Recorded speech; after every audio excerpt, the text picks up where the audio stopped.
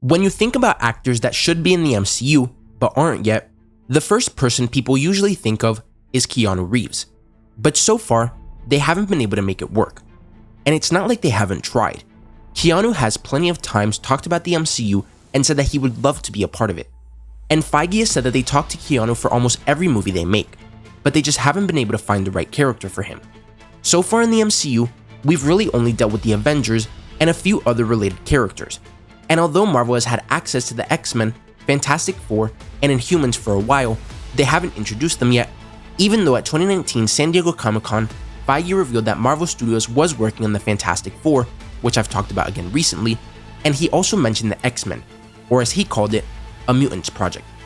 Now if you think about these characters, you can understand why it's taking a bit longer to introduce them. As much as we may want to see them, Marvel can't just dump them in wherever, because people will complain just like they did with the Eternals. Even though the Eternals had a reason as to why they didn't interfere in the fight against Thanos, it wasn't enough for a lot of people. So when the X-Men are introduced, it can't be because of something that happened recently, like the blip. What about Wolverine, Sabretooth, and Magneto, who should have been around since World War II? You can't just change it to Wolverine getting his powers in 2024 or 2025. People would freak the fuck out. And the same with the Fantastic Four and Inhumans. They have to find good reasons why these characters were hidden or why they didn't help in X or Y event.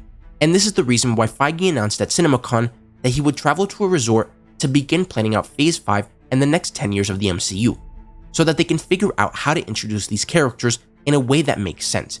And without spoiling anything about Doctor Strange in the Multiverse of Madness, if you've seen the movie, you'll already know what I'm talking about, but it's undeniable that in these next 10 years, we're gonna get the X-Men, the Inhumans, the Fantastic Four, and the cosmic side of the Marvel Universe will be explored in more detail.